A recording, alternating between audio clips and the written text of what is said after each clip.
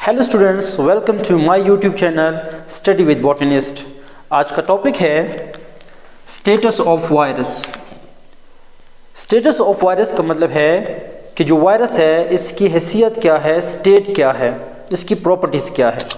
चूँकि इस previous lecture में हमने इंट्रोडक्शन में कहा था कि जो वायरस है इसमें लिविंग प्रॉपर्टीज़ भी पाई जाती है और नॉन लिविंग प्रॉपर्टीज़ भी पाई जाती है। ना इसको हम लिविंग कह सकते हैं, ना इसको हम नॉन लिविंग कह सकते हैं। तो ये लिविंग और नॉन लिविंग के बॉर्डर पर पाया जाता है। तो हम कह सकते हैं viruses lie on the border line of living things and non living things.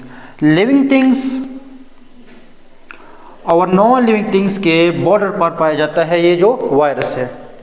अब देखते हैं कि वायरस में लिविंग प्रॉपर्टीज़ कौन सी है और नॉन लिविंग प्रॉपर्टीज़ कौन सी है। मतलब क्या है कि जो वायरस है इसमें लिविंग ऑर्गेनिज्म में जो लिविंग ऑर्गेनिजम्स में प्रॉपर्टीज़ पाई जाती है, लिविंग प्रॉपर्टीज़ वो कौन कौन सी है, और जो नॉन लिविंग प्रॉपर्टीज़ है जो सिर्फ और सिर्फ नॉन लिविंग ऑर्गेनिज्म में पाई जाती है वो कौन कौन सी है।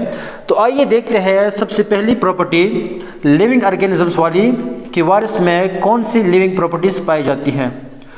तो जो वायरस है they possesses genetic material. Genetic material हमारे पास या डीएनए होगा या क्या होगा, आरएनए होगा। चूँकि डीएनए और आरएनए सिर्फ और सिर्फ लिविंग ऑर्गेनिज्म में पाई जाती है, तो जो वायरस है इसमें भी या डीएनए होगा या आरएनए होगा। वो डिपेंड करते हैं कि आरएनए वाला वायरस है या डीएनए वाला वायरस है।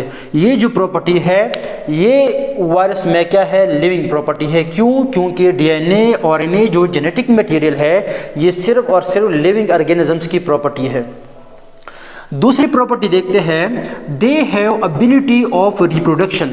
जिस तरह जितनी भी लिविंग ऑर्गेनिजम्स है सब क्या करते हैं, रिप्रोडक्शन करते हैं। लिविंग ऑर्गेनिजम्स की प्रॉपर्टी है ये, और वायरस भी क्या करते हैं, रिप्रोडक्शन करते हैं। लेकिन वायरस रिप्रोडक्शन कब करता है, जब वायरस को कोई होस्ट मिल जाए। क्योंकि इस प्रीवियस लेक्चर में हमने कहा था कि वायरस क्या है, ऑब्लिगेट पैरासाइट है। ये टोटली डिपेंड करता है होस्ट पे। तो रिप्रोडक्शन का मतलब क्या है कि होस्ट ऑर्गेनिजम्स के अंदर क्या बनाता है, कॉपीज बनाता है, खुद को रिप्लिकेट करता है। और ये किसकी प्रॉपर्टी है, ये लिविंग ऑर्गेनिजम्स की प्रॉपर्टी है। तीसरी प्रॉपर्टी देखते हैं लिविंग प्रॉपर्टीज कौन सी है, virus occurs in different strains and varieties. जिस तरह मुख्तलिफ लिविंग ऑर्गेनिजम्स मुख्तलिफ वैरायटीज़ में पाई जाती है, मुख्तलिफ स्ट्रेन्स कलर्स में पाए जाते हैं, तरह वायरस भी मुख्तलिफ स्ट्रेन्स और वैरायटीज़ में अक्कर होते हैं, पाए जाते हैं। चौथी प्रॉपर्टी है they enter the host cell and cause diseases. जिस तरह दूसरे लिविंग ऑर्गेनिजम्स किसी और लिविंग ऑर्गेनिजम्स में इंटर होते हैं, जिस तरह बैक्टीरिया है और डिजीज़ कॉज करता है, इस तरह वायरस भी किसी होस्ट ऑर्गेनिजम्स में इंटर होता है और डिजीज़ कॉज करता है। और जो बीमारियां कॉज करते हैं ये किसकी प्रॉपर्टी है, लिविंग ऑर्गेनिजम्स की प्रॉपर्टी है।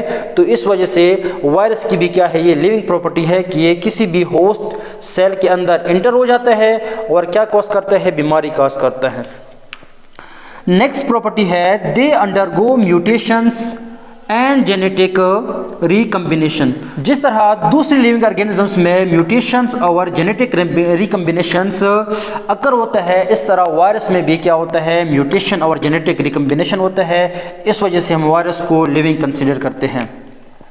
इसके अलावा जो नेक्स्ट प्रॉपर्टी है they are destroyed by ultraviolet rays. जिस तरह हमारे अपने सेल यूवी रे से डिस्ट्रॉय होते हैं, इस तरह वायरस भी क्या है, अल्ट्रा वायलेट रे से ये डिस्ट्रॉय होता है। ये भी क्या है, लिविंग प्रॉपर्टी है। तो ये जितने भी हमने प्रॉपर्टी पढ़े ये सारे के सारे क्या थे, लिविंग प्रॉपर्टीज थे। अब हम देखते हैं कि नॉन लिविंग प्रॉपर्टीज कौन कौन सी पाई जाती है वायरस में। सबसे पहली प्रॉपर्टी है दे और नॉन सेलुलर और सब सेलुलर स्ट्रक्चर। जो सबसे बड़ी नॉन लिविंग प्रॉपर्टी पाई जाती है वायरस में वो क्या है, नॉन सेलुलर और सब सेलुलर।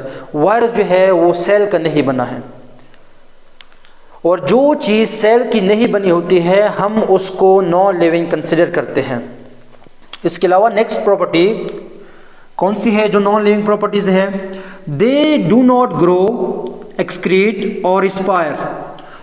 जिस तरह दूसरे लिविंग ऑर्गेनिजम्स ग्रो करते हैं, एक्सक्रीशन करते हैं, रिस्पिरेशन करते हैं, वायरस जो है ना वो ग्रो कर सकता है ना वो एक्सक्रीशन कर सकता है और ना ही वो रिस्पिरेशन कर सकता है, इस वजह से हम इसको नॉन लिविंग में कंसिडर करते हैं।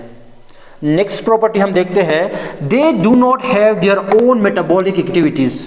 जिस तरह दूसरे लिविंग ऑर्गेनिजम्स है जिसमें मेटाबॉलिज्म प्रोसेस होता है, जितने भी केमिकल रिएक्शंस होते हैं जिसमें चाहे वो एनाबॉलिज्म हो चाहे कैटाबॉलिज्म हो, वो लिविंग ऑर्गेनिजम्स में पाए जाते हैं ये रिएक्शंस। लेकिन जो वायरस है इसमें कोई भी मेटाबॉलिक एक्टिविटीज़ नहीं पाई जाती है।